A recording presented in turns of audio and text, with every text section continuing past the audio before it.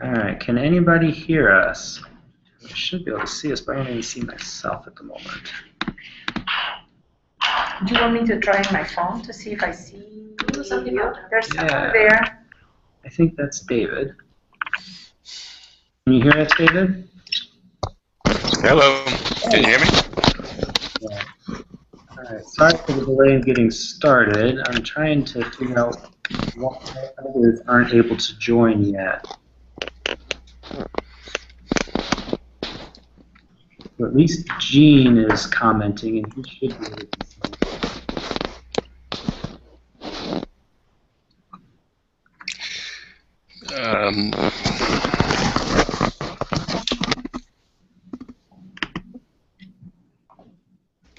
That's the most recent one, but we'll give others just another minute. I know we've had some technical difficulties, and then we'll get things rolling here really soon.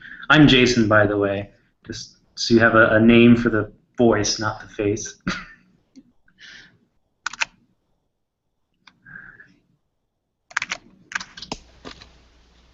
Can you hear me? Yep, we can. Can you hear us? I can now. I've got some line switch that I think was off. Okay. Yeah, you're muddy at times, but it'll work. Sure. Okay.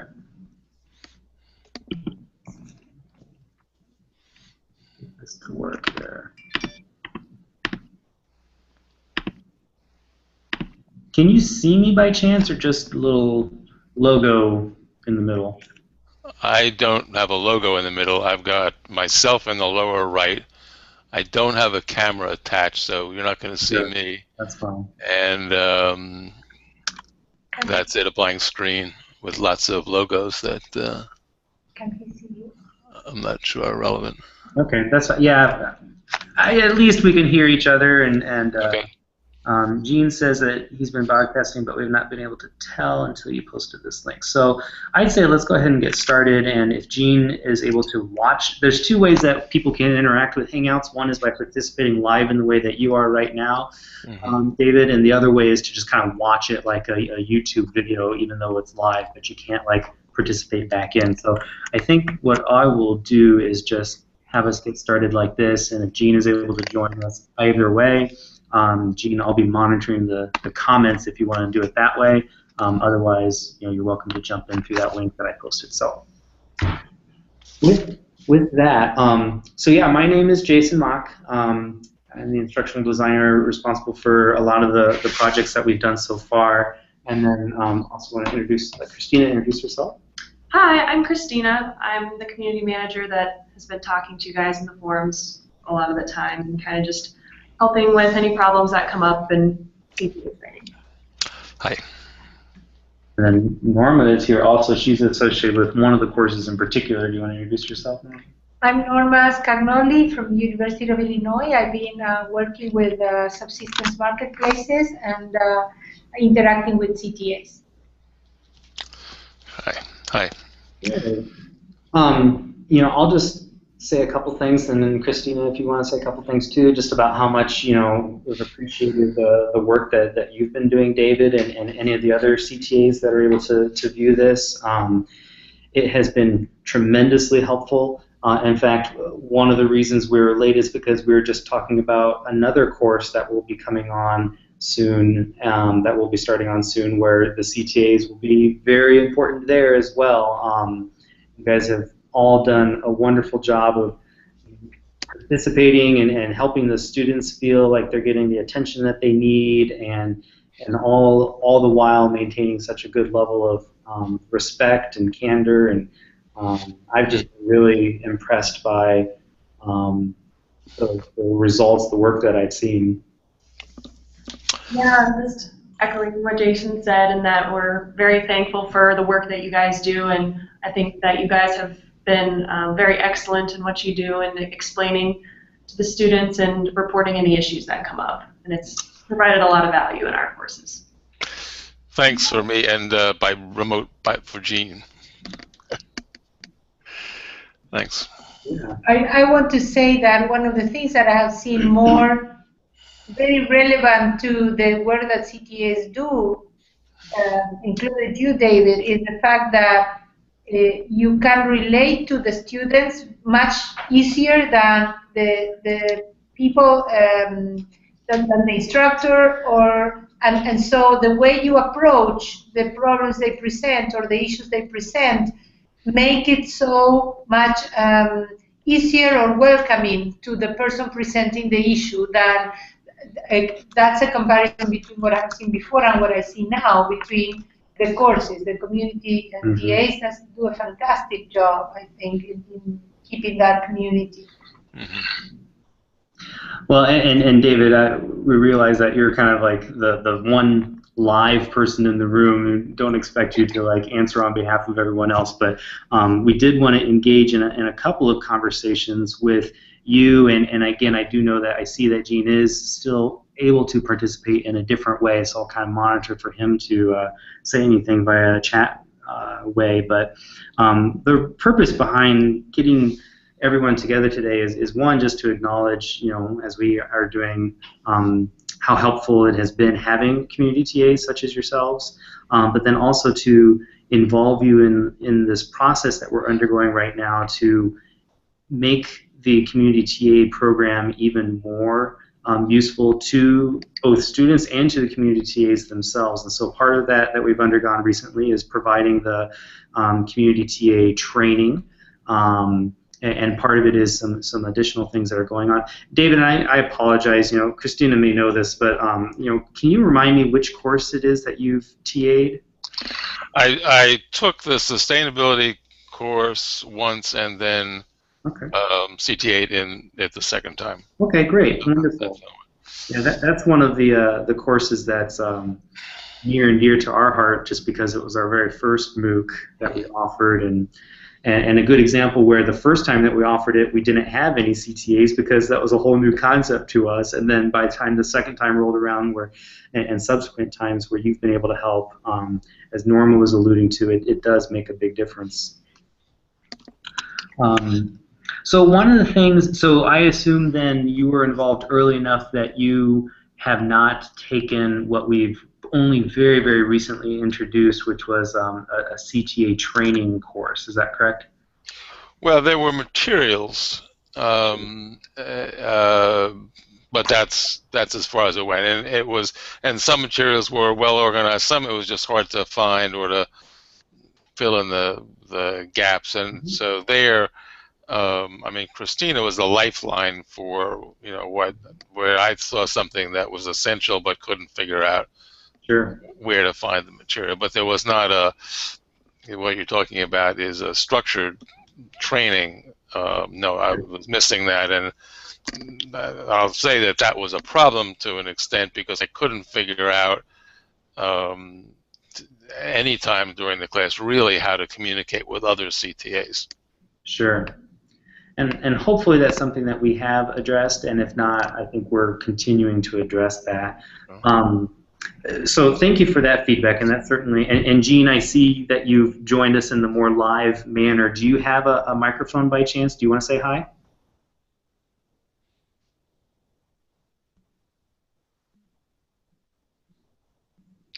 Perhaps not. And if you do, just feel free to interrupt me. It looks like he's on a delay. I can kind of see his screen. Unfolding. Yeah, exactly. So, Gene, I'm just going to assume at this point that you can hear me, but it might be a few seconds late. And then I apologize for what appears to be some more technical issues that you may be having. I think it has to do with the fact that I'm highlighting your screen. I don't know. Anyway, all right, so we'll just try to have the conversation as best as we can. And so for Gene and David both, just so that you both know what we have now, and again, I doubt this is something that Gene has participated in either. We call it a training course. It is a loose collection of resources, but those resources do include some video lectures in the same way that the professors have video lectures. They're narrated PowerPoints more so than like Jonathan Tompkins on location or standing in front of the coal mine kind of stuff. But they are nevertheless some video-based lectures that talk about the issues that we have learned community TAs are up against. And just how to handle some of those situations. And we also have some activities, including a couple of quizzes just on some fundamental aspects of being a community TA, and then also some assignments where community TAs go out and respond to situations in either hypothetical or actual discussion forums, and then post their conversations for peer review in the same way that students of our courses might engage in a peer review activity. So we're hoping that that helps all the community TAs, at least moving forward, with being better prepared to handle some of the community TA aspects. I guess one initial conversation I wanted to have is, and at least for David and Jean, if you can hear me, we're also. I'm here. Can you guys hear me now? Oh, yes, we can hear you. Yes. Oh, good Lord. Thank you for your patience. Sorry about the mess up before. We've had it on every end of this conversation, so you're not immune to technical challenges of it. All right. Thank you very much. Well, I was just saying, well, first of all, thank you, Jean. I don't know if you heard Christina and my earlier appreciation for the work that you and all the CTAs do, but it is tremendously valued, and we feel like it would be very difficult to do some of this without you guys, and been very impressed with the work that you guys have done. Oh, absolutely. Thank you very much. My pleasure. And so what we wanted to do today is kind of talk about a few of the potential enhancements to the CTA program that we're contemplating, and see basically if either of you guys, through your experience, have any feedback on them. And the first one that I was just about to bring up was, as David illustrated, and I'm pretty sure, Jean, your situation is the same, where you both started out as students of your respective courses, and then we went through an analysis of people who participated in the class and invited some people to become community TAs. You two very thankfully accepted that invitation and have served as community TAs. What we're doing now is adding a step of training so that future community TAs can learn a little bit. But then after that, what we're also looking to introduce is a role of community TA mentor. And you two would be good examples where you have already been a community TA once. You've already gone through the learning curve of figuring out what does it mean to be a community TA, even if it's not a perfect understanding, because we may not have a perfect understanding ourselves. But you guys have kind of wrestled with the ropes and come out the other end, and since you're still willing to talk to us, I assume that means you've come out relatively with a positive experience. And so what we want to do is kind of take people like you guys and give you a fancier title, if you will, if it's worth much, but of community TA mentor, with the hopes that you'll continue to be a community TA in the way that you have in the past, but that by virtue of putting that extra little badge next to your name, some new incoming community TAs or novice community TAs would be able to know that whenever they see your names in the discussion forums, that you guys carry a bit more of a voice of authority. Does that make sense? Yes, absolutely. For me, it does. Absolutely. For me, it does conditional on what kind of training it comes between now and then, because I don't feel like a voice of authority. I think I did what I chose to do well. How that fit with your expectations in a way, or what other people were doing, I don't really have a clue. And so the package, I would need to sort of get clear about what the job was supposed to be. No, that's very fair. And admittedly, you're in this, I mean, you're both really in this situation where we've introduced this training kind of after the fact for you guys. Moving forward, anyone who becomes a community TA, they'll have access to that from the very beginning. So that's a very good point that, you may, before, sign, and there is no dotted line to sign, by the way, but, metaphorically, before you sign the dotted line agreeing to be a community TA, you might want to look through some of those materials. And by the way, if you don't already have access, we'll be more than happy to give you access to that. But I don't think it would be anything too surprising. It's really talking mostly about like how to be civil in the discussion forums, a few procedural things that we've kind of learned over time about how to report issues and keep track of issues, but for the two of you in particular, I don't think it would be anything earth-shattering. So with that in mind, some of the things that we were thinking the community TA mentor could do is, yes, just have that name, that badge, if you will, attached to your name so that people will recognize your experience in the matter. And then to the extent that you guys feel comfortable with it and have time to do so, you could more proactively reach out to some of the new community TAs, and we have a vehicle for doing that, just like we had in the regular courses that you TA'd. We have a get to know your classmates, only now it's a get to know your fellow community TAs kind of discussion forum in this training center that we have. And so that would be a natural place where you could just introduce yourself as a veteran community TA or community TA mentor, and if you see people who are maybe community TAs for the same course that you have taught or TA'd for, or maybe they have some similarity to you in terms of geography or background or something like that, you might simply reply to their introduction saying, hey, I'm also from this part of the country or the world, and make a connection, because I think that'll help some of the community pass through that same experience that you're recounting, David, of not really knowing where everybody's coming from, but to have another connection in addition to Christina that they can turn to for asking questions. Right. I think that's a good idea. I'm not quite sure what sort of coordination can follow or does follow. I just didn't have experience with that. But certainly having a clear ability to, on an ongoing basis, know who the CTAs are, and sort of how, whatever, something about them would be very useful. Sure.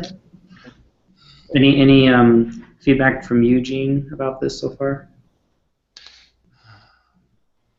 Can you hear me? Yep.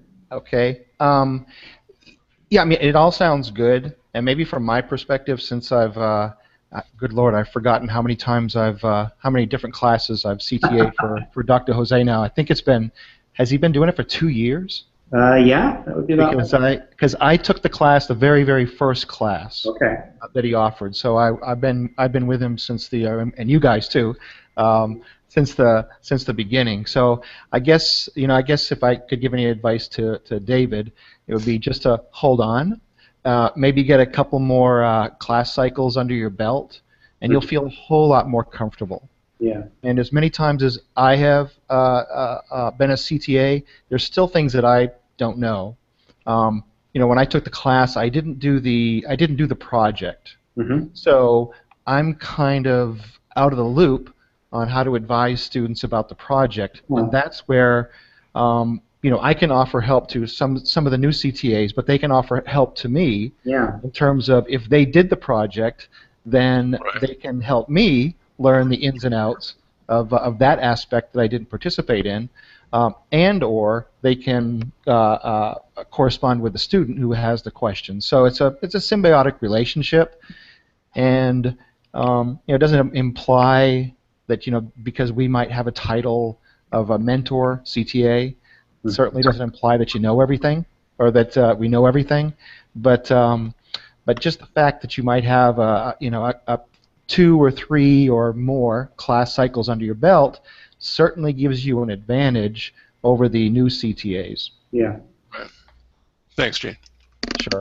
No, those are very good points, and I'll even extend it to say that we don't know all of what it takes to be a CTA because, well, we've never been CTAs actually. Christina has, I guess. I shouldn't speak for her, but and so that's a very good point where, like, as you were mentioning, Gene, that there's certain aspects of the course that no one person will have experienced all of them. So we want to be sensitive to that fact and try to connect people, even rookie freshman CTAs who are doing a CTA assignment for the first time. They may have interacted with part of the course that no one else had, such as the project. So that's a really good point. And it hasn't been, for me, it hasn't been a hindrance. Mm-hmm. I think I've CTA'd every class, but I know other CTAs kind of come and go. Mm-hmm. So to me, it hasn't been a hindrance that if I don't know something, that I can go to you guys or to another CTA, again, maybe even somebody that's new, but did that part of the course, hook or by crook, we can piece it together and help the student out with really any particular question they might have. Yeah, I think that's a good point. Between the team of all the community TAs and the staff here as necessary, we can pretty much solve any problem that the students might have. Right. I can't think of any issue that really went unresolved, unless, of course, the student wasn't satisfied with the answer. But sometimes they're never going to be. So. Right. Yep. Very, very true.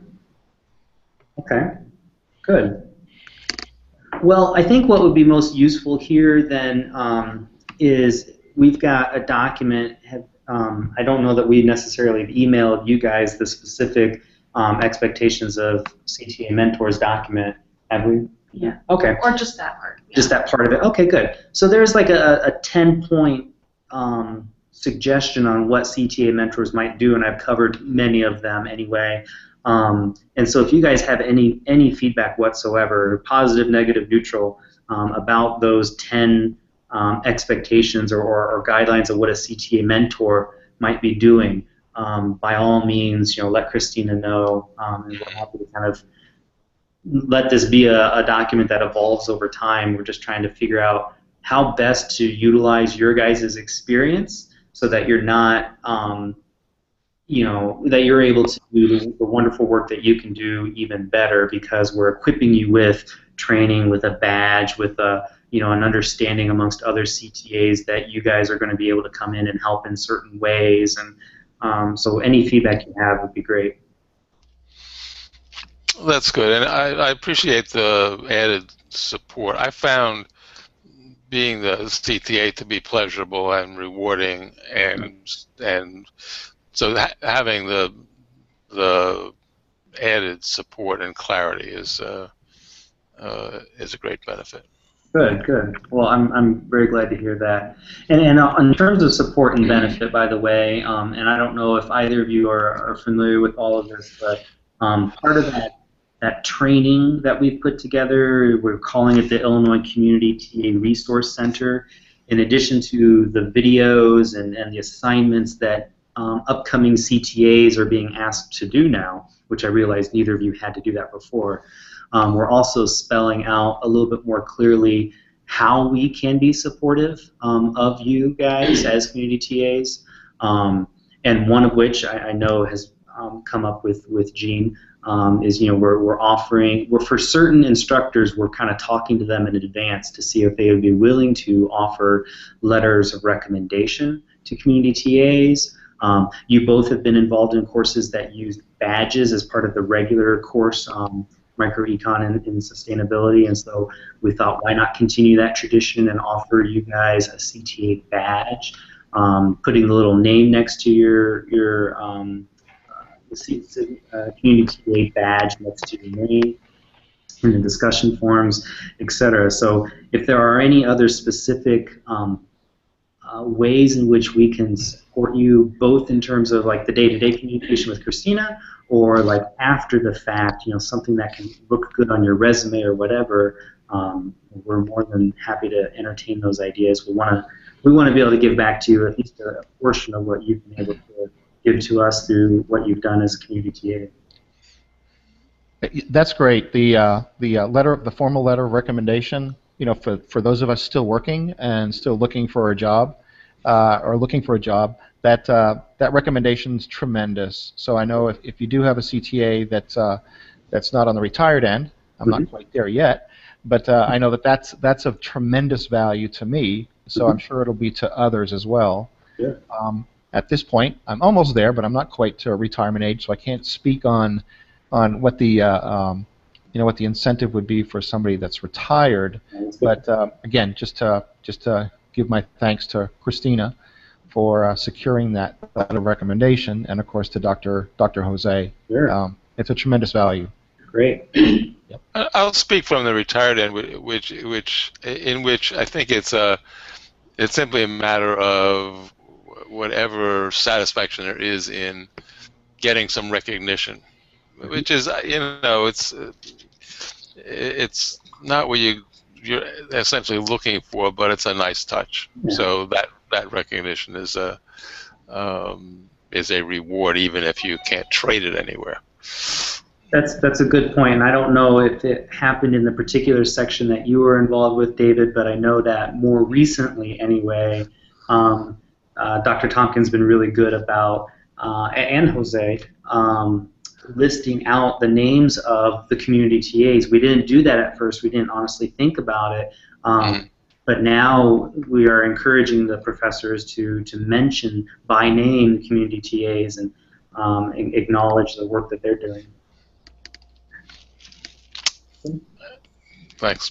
I would like to know what has been for you the best and the worst part of being a community TA?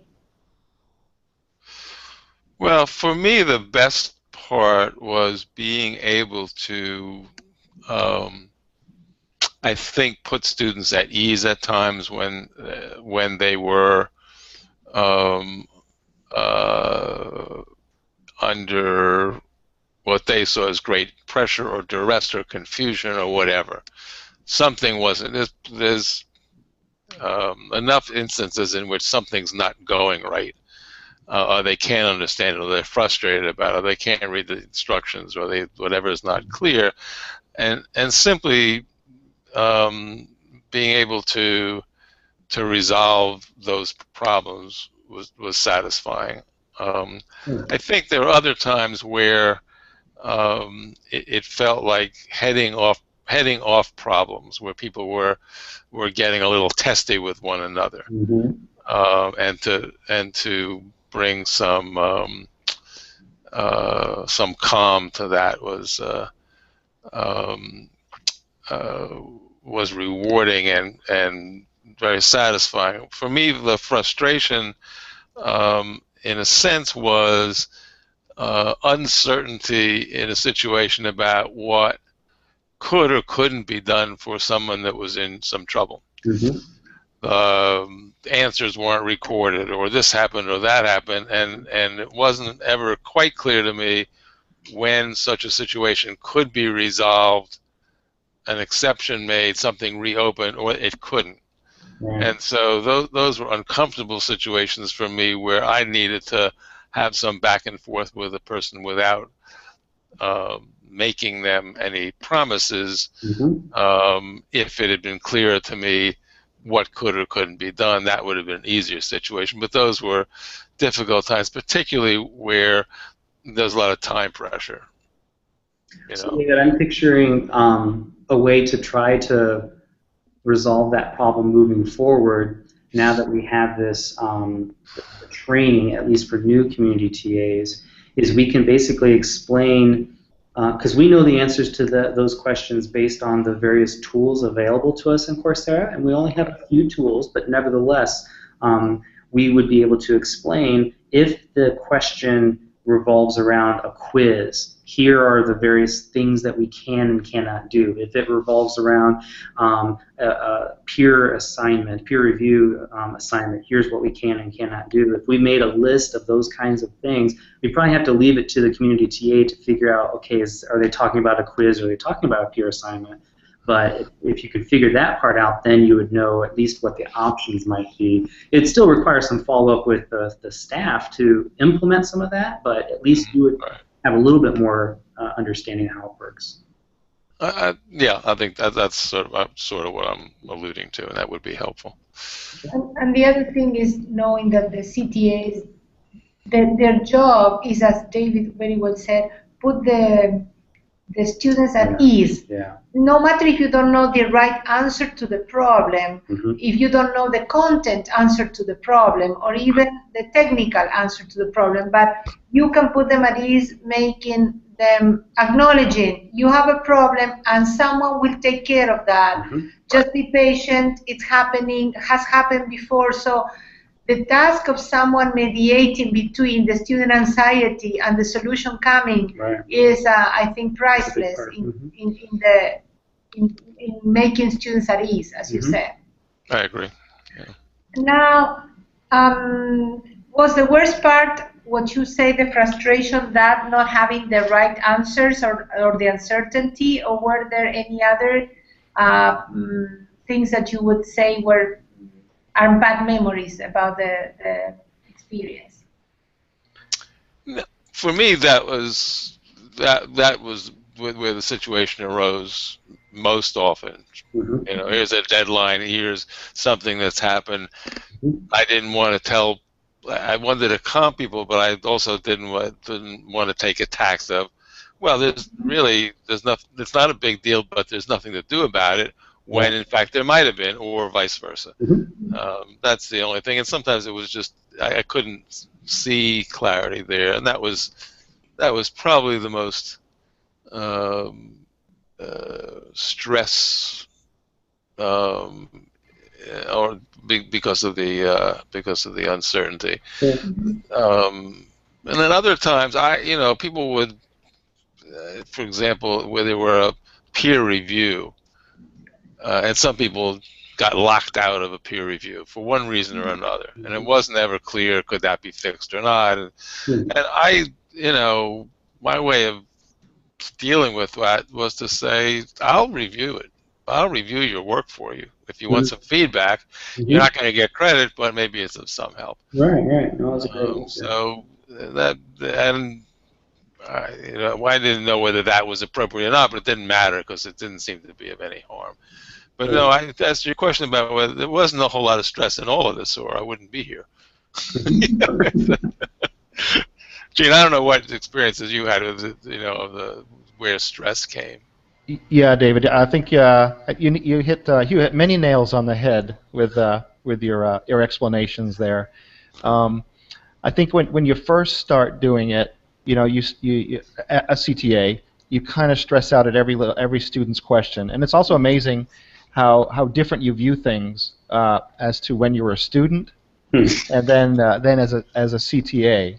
You obviously have to approach things a little bit differently, but I think the key is if a student has a question, that if it's a question that another student can't answer reasonably, I try to intervene as quickly as possible so that the student's not left hanging for 24 or 48 hours. If they have a question, I think that might be a demotivator for a lot of students if they feel like that they're not heard. Yes. And I'm sure your statistics show this.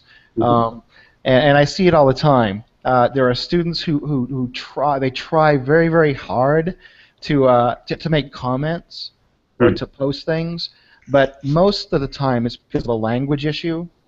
I read some stuff and it makes absolutely no sense to me, and I perfectly understand that.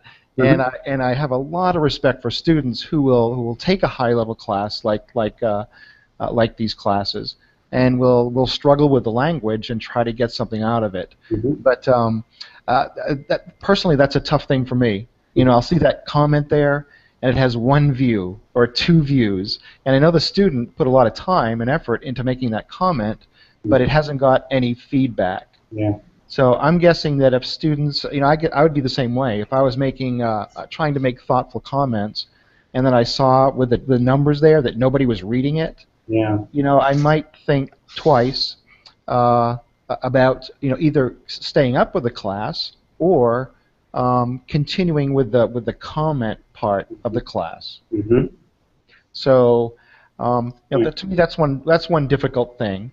Is how to deal with that particular type of student. And what was the best part of being a CTA for you, Gene?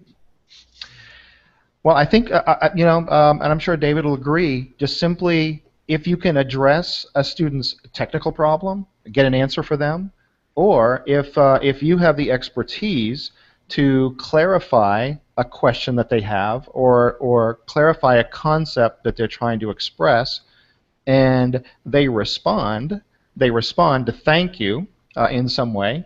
That's I know for me that's all I really need is that feedback occasionally from students that they appreciate what contribution you made to their comment or their statement or to their question.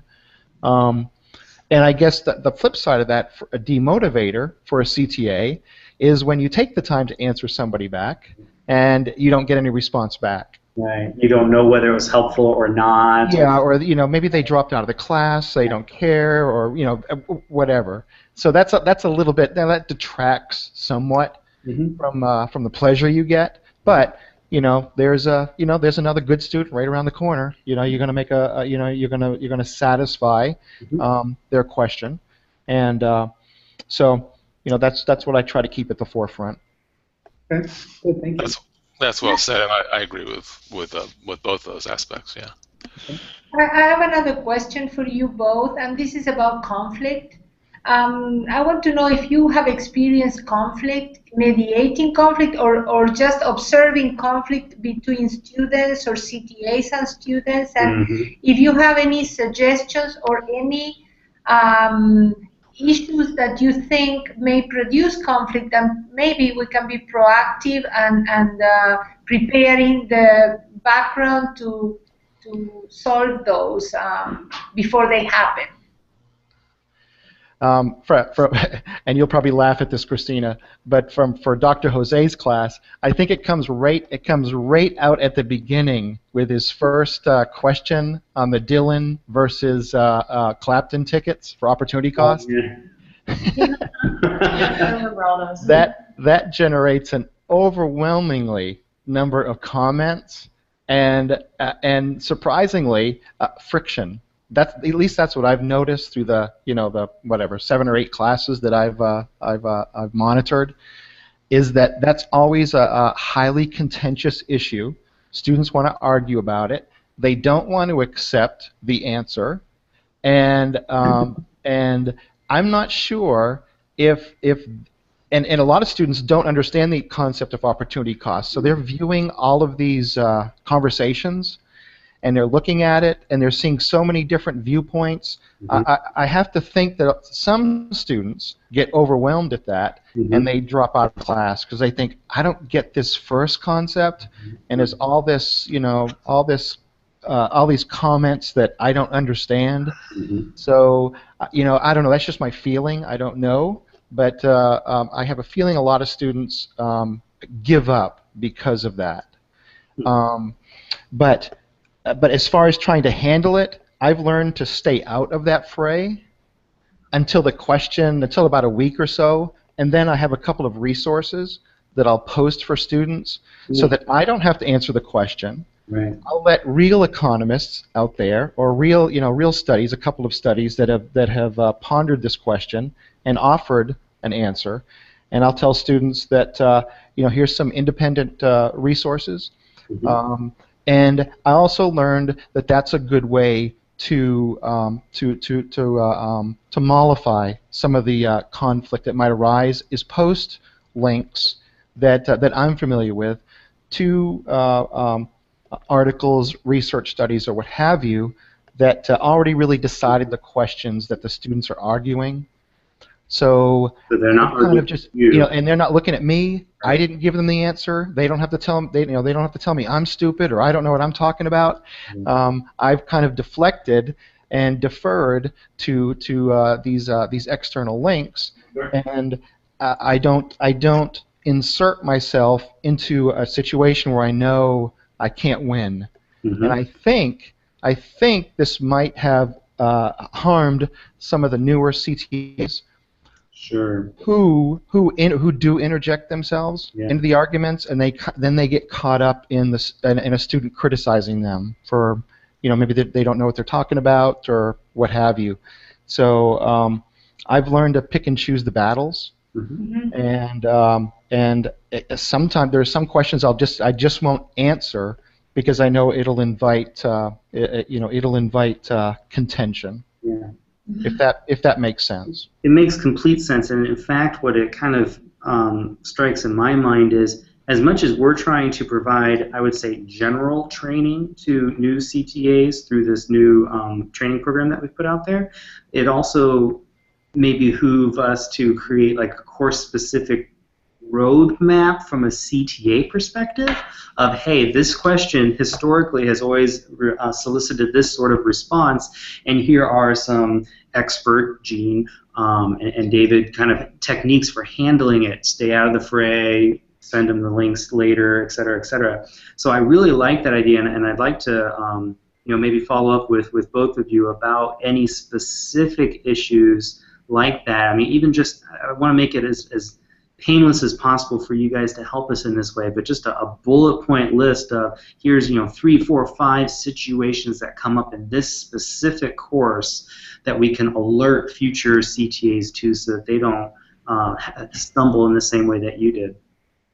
This is really fascinating to me because I have no idea what the issues are, what you were talking about, but it didn't matter so much. It reminded me of where in the sustainability course the most heat would be was in the first class, where it had to do with genetically modified organs. Sure, right.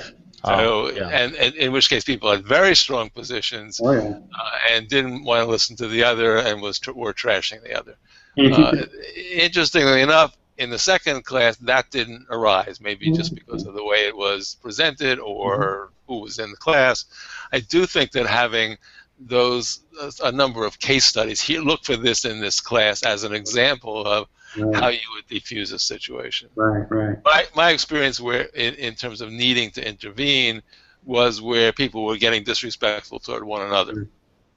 And it got to be a more personal attack, in which case I would call attention to that. Like, this is out of bounds. Like, what you're saying here is inappropriate, and that seemed in some instances to heal it, and pretty well. People were forgiving of each other and moved on. And if you guys I also think that sometimes it's a language issue too. And sometimes I'll read something a student responded back to me, and I'll think, okay, is this student being disrespectful, or is that, or is are they just trying to do the best they can in English to express an idea? And because of the way I would view a particular phrase, I could think, okay, this phrase means something positive, or it means something negative. Which the obvious one is somebody saying, well, I think you're wrong. I think you're wrong. That's right. They could have the best of intentions, but they say, no, I think you're wrong. But it just depends on how you take it. That could be inflammatory. I think. I was going to follow up with your answers, asking, you are mentioning academic conflicts in a sense, because there are conflicts about content or things. But have you experienced any, and it doesn't matter if you were or were not part of it, but have you experienced any other types of conflict, like cultural conversations leading to possible cultural, language conflicts that sometimes is like exactly as you explained in the last iteration? Is it just you're being not right based on the way you are saying things, but have you experienced something else besides? Yes. Yep, go ahead. David? I was fading in and out, but you were asking about other kinds of conflict than the academic conflict. And I think that the broad conflicts that I saw had to do with the words get used are difficult in the sense of developed how you refer to the other part of the world, and what words were used got to be contentious because they were loaded meanings. So finding the right words to use, or how to get past that, or to recognize the personal were difficult at times. Yeah, no, that's a good point. Yeah. So this has been, so I think, the idea of providing more cultural sensitivity language sensitivity type training, I know is something that's been on our list, and I think you guys are emphasizing the value of trying to address that. We're trying to address through training, but maybe other ways as well. That's very helpful. Thank you. So, okay. But maybe you will address this and ask Go ahead. What do they want to see. Last question from me, although Jason is looking at me like Norma end with this. So make it short.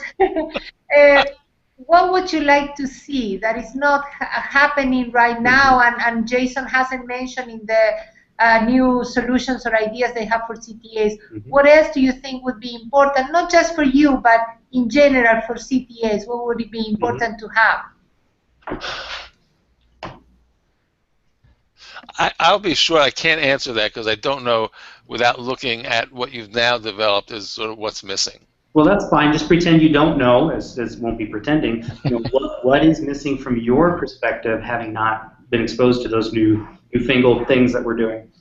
The how to communicate with other CTAs, and sort of coming in, the timing was weird because although this class was set to begin a certain day, it actually began the week before, and I wasn't invited until halfway through the second week. Right. And that was disorienting. So I always felt I was playing catch up. So whatever, that's there.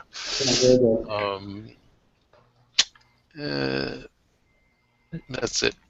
Okay. Gene, any comments from you? Maybe just a couple of quick things. I know one thing because I've done the class over and over.